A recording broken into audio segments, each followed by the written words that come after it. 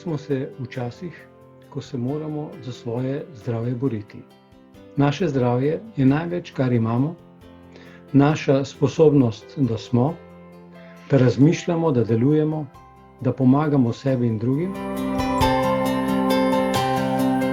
Se zavedate, kako pomembna je prehrana za vaše zdravje in dobro počutje? Vas zanima, katere so najpogostejše pasti, v katere se ujamemo?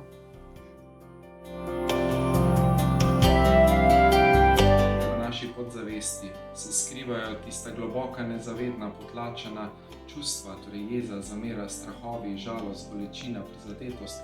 Aktivirajo, utišajo posamezne gene na celični ravni in to na koncu sproža tudi bolezni.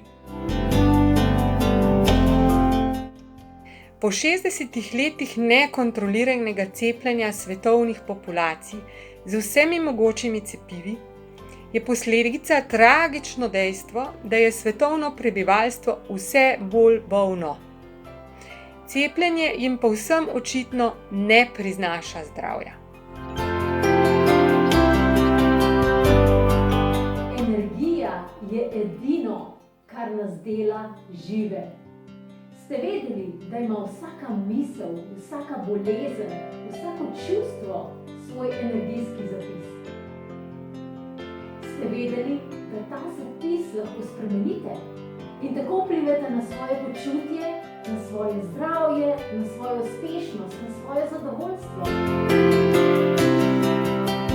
Nikakor pa ne smemo pri tem pozabiti na naša bivalna in delovna okolja, ki so postala za naše zdravje zelo, zelo nevarna. Tukaj v samih okoljih se nahaja zelo veliko za naša čutila, žal nezaznavnih izvorov, ki lahko tako ali drugače okrnijo zdravje ter počutje naše družine. V predavanju bom spregovorila o komplementarni medicini. Menim, da je to najpomembnejše orodje za ljudi v drugem tisočletju.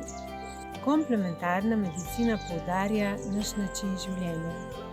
In z načinom življenja lahko preprečimo težja obolenja, nevarne operacije ali dolgotrajno jemanje tablet. Imamo pa naše državljanske pravice in pravico pričakovati od države, da bo delovala za nas in v smeri krepitve našega zdravja.